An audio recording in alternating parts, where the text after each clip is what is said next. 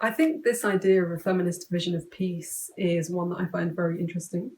Um, and that's because feminism, in my experience, in my lived experience, but also my kind of research and academic experience, has often been the handmaid, if not the leading part in violence towards me as a Muslim woman. And that's in the sense that it's collusion with kind of colonial ideas of who I am, what my liberation looks like, and very much the way that feminism has been used to erase the material conditions of Muslim women's lives, to make it seem as if our liberation is bound up simply and solely with liberation from ourselves, from Islam, from our culture, etc. And with that, obviously, comes so much violence, whether that's the material violence against, women whose homes are bombed, are destroyed, are ravaged by war, or whether it's kind of the families and people made resultingly refugees and made to travel and endure kind of the violence of borders, and the violence of kind of environmental catastrophe, or whether it's the violence of institutions every day, whether it's microaggressions from feminists. And I would say, feminist spaces, feminist logics have often, where they lack nuance, have been some of the places where I've experienced the most interpersonal violence, the most erasure, and the most silence. So this notion of a feminist vision of peace then is one I think is very interesting as somebody who is visibly Muslim and a woman. And as a result, the poems I'm going to read feel important, and I want to kind of position them also, just before I begin, within a context where peace is this word which is weaponized particularly against Muslims, I would say, in the sense that a kind of industrial complex of security industrial complex has been built on the back of Islamophobia in the kind of name of peace and security, when actually it doesn't make Muslim people safer. In fact, it makes very few people safer. And I think what it has led to is the criminalization of Muslim people, Muslim communities, and obviously Muslim women, who are kind of the most circulated image of the barbaric outsider, the uncivilized, violent, patriarchal, homophobic other. And so I would like to critique that, and I would like us to hold that in our heads, that context, when I think about feminist vision of peace, and when I think about peace per se, because peace is an ecosystem and it is one wherein the security of states and the security of capital is not prioritized over the safety of marginalized people. When I think of security and safety, the images that come to mind include the state, apparatus, prisons, deportations, citizenship removals, all in the name of security. And then I also think of Grenfell burning down. I think who was made safe. I think about asylum-seeking people. I think about a 15-year-old girl who left this country, who was essentially groomed, who inevitably underwent statutory rape, who lost 2 children in a refugee camp and was resultingly presumed to have no right to come back to the place that is her home. And all of these thoughts, I feel, are relevant to this question. The first poem that I would like to perform in that context is one that I called a 20-point manifesto for women living in genocidal times. And it's really just, I wrote it when I was invited to perform something at the Women's March when Trump was visiting London. I think it was 2 years back. And this is what I wrote. So I hope it's somewhat helpful. 20-point manifesto for women living in genocidal times. 1. Ask which women just came to your mind. 2. Ask which women did not just come to your mind. 3. Look in the mirror. No, you are not all of us. No, you are one of us. No, the genocidal times began long before you, though. 4. No, you are not your body, but your body is yours. So kiss the mirror sometimes, even if it is cracked, especially if it is cracked. Do not wait to become a fashionable trend. It is faster just to love yourself. 5. Do not believe the exhibitions. 100 years for whom? Some women stood on the dark rounder bellies of others just to get a taste of the pie. No, there were feminists before their feminism.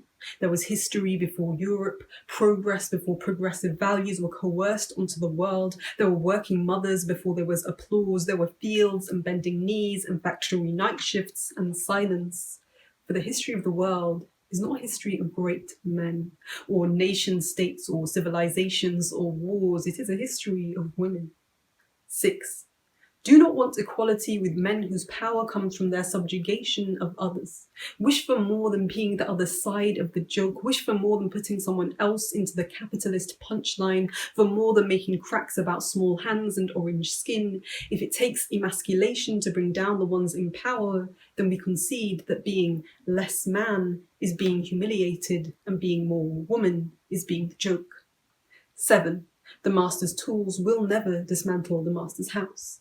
After all, women CEOs don't mean much for the women working for them in low-wage, precarious, life-threatening conditions. 8. Do not go alone. 9.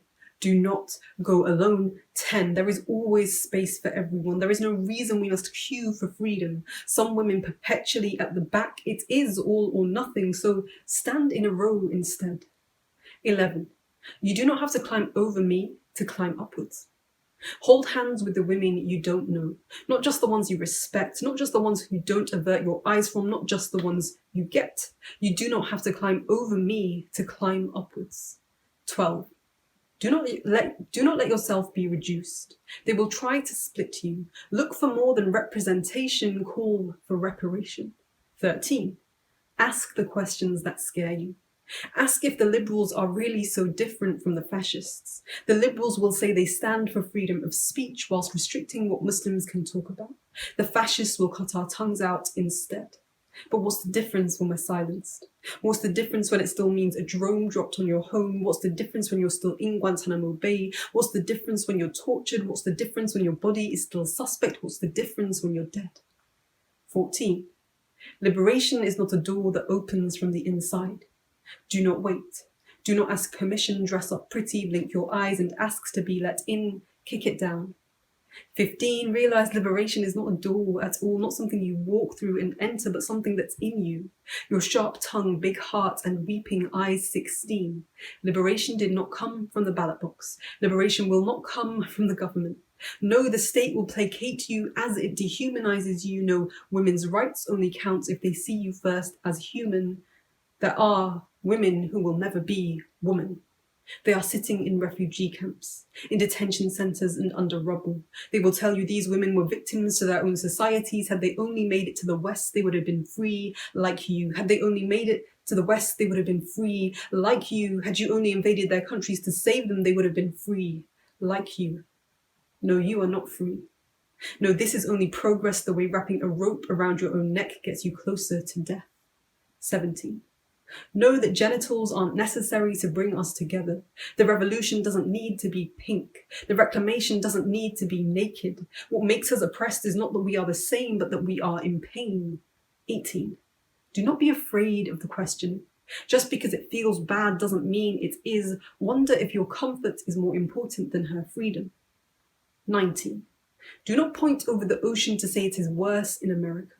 We are killing the darker ones here, too. We just let them die under suspicious circumstances in custody rather than outright assassinate them on the street. We are separating the babies from their families here, too. We just hide it better and point the camera elsewhere. We are killing civilians overseas here, too. We just sell the bombs for others to do the dropping. We are barricading the border here, too. We are surveilling the Muslims here, too. We are murdering the marginalized here, too. We are groping the women here, too. We are excluding, dehumanizing, and destroying. 20. Fight. Love uncompromisingly. Hone your weapon, your voice, your hands. Go forward and grasp. But do not go alone. You won't make it alone. We won't make it. Come together, you too. It won't be easy, but we were trained for that. We are women, after all. I think I probably only have time for one more poem. So I think I'll perform this one. It's called British Values, and I'm going to perform it because I think Interestingly, we're in this moment where the British state has developed this notion of British values, which include, I think, democracy, toleration, rule of law, and I'm sure peace, broadly speaking, is within that remit. And the creation of these values is inherently tied up with the counter-extremism strategy. So that extremism is defined as opposition to these fundamental British values. And so it becomes a way then to police people, and it becomes essentially a way to quash dissent. So this poem I wrote sort of as a musing, a rumination on British values. Young Muslims in Britain often straddle two worlds. They appear to have a foot in each culture. Concerns revealed around the national identification of Muslims in Britain. Review raises alarm over social integration in the UK. Schools to promote fundamental British values. The face of Britain is changing beyond recognition. I look in the mirror. It's not shattered. I am whole. No one foot in, one foot out. No reason I've got to learn Britishness from the somehow more devout. I'm not uneasy, torn, or straddling. It's not shattered. I am whole. Yet the opposite is somehow all that you'll get told. I mean, I guess because if we looked up to the glass, you'd be left with the fact that I am inside. I am Britain now.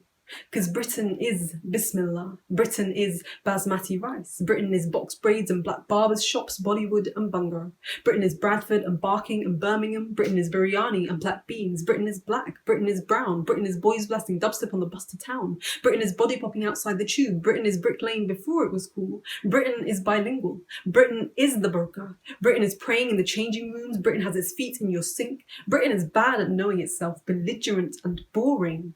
Britain has not changed beyond recognition. Recognize it was never one thing. I am the inside you pretend is outside, but we have to stop pretending. Pretending the rolling hills are just romantic, not remnants of injustices swept under a rug. Like the tea didn't come from Asia, like its sugar wasn't grown by slaves, like dry humour isn't a way to just ridicule dissent, and cues don't expose a way we're always told to wait for change rather than making it. And it's funny that over-apologising is seen as a national trait, because half of history is still waiting. I look in the mirror. It's not shattered. I am whole. There is no brink or turning point. I'm here. Britain is barbaric. Sorry, did you think that was me? Barbaric bystander straddling the boundary. Not quite inside, so you could say I'm the things you forgot, like you're modern, so I'm backwards, you're democratic, so you say I'm not. When the truth is, Britain is blood on its hands and back to the wall. Britain is selling weapons to the most repressive regimes in the world. Britain is the bombs the Saudis dropped on Yemen. Britain is building surveillance apparatus since 9/11. Britain is believing in human rights whilst removing them all. Britain is Yarlswood, Brook House, Colnbrook and Morton Hall. Britain is 1,600 dead in or after police custody since 1990, and Britain has no qualms about detaining asylum seekers indefinitely. Britain is suicide attempts, secret courts and secret torture. Britain is stopping you at the border. Britain is seeing it, saying it, sorting it, which means Britain is also deporting it. Because what else do you do when you look in the mirror and find the sugar and tea had strings attached? The factories on the rolling hills depended on our labour. The bombs destroyed the homes of kids now at the border. Britain is barbaric. Britain is blindly patriotic. Britain is built on false narratives, slices of other people's dishes. Britain is stolen artefacts in museums named after itself. Britain is knife and fork polite, stabbing you at will. Britain is selective. Yours till it's not. In yours till it's not. Then blaming you. Britain is borders, Britain is Brexit, Britain is spending on weddings but not fireproofing homes. Britain is cutting mental health services yet somehow strong and stable. Britain is 50% of young people in custody being from ethnic minority backgrounds, and Britain is blaming them for this statistic rather than asking difficult questions, because Britain is blaming the kids who aren't white. Britain is blaming the immigrants. Britain is blaming the Muslims. Britain is blaming bureaucracy. Britain is not listening. Britain is not that great. Britain is breaking. But breaking everywhere except the place it puts the blame. Because there's only a few things left that are great about Britain. And they're that Britain is Bismillah, Basmati and bilingual, box braids and barbers, shops, Bollywood and Bhangra. Body popping outside the tube, Brick Lane before it was cool. Britain is bilingual. Britain is the burqa. Britain is praying in the changing rooms. Britain has its feet in your sink.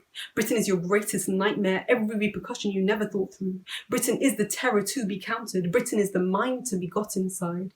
I am the great in Great Britain now. And aren't you terrified? I hope those two poems act as a sort of provocation on this question of a feminist vision of peace, whether and for whom feminism can provide that vision of peace when feminism has its own collusion in a history of violence to deal with, and where the peace of many of us is really a discourse used against us. Safety and security are highly racialized notions in today's world. So my question that I reflect on a lot is, what would it look like for me to feel safe? And I think before peace, there must be justice. And in order for there to be peace, there must first be the safety that comes at the dismantlement of the security state. Thank you very much.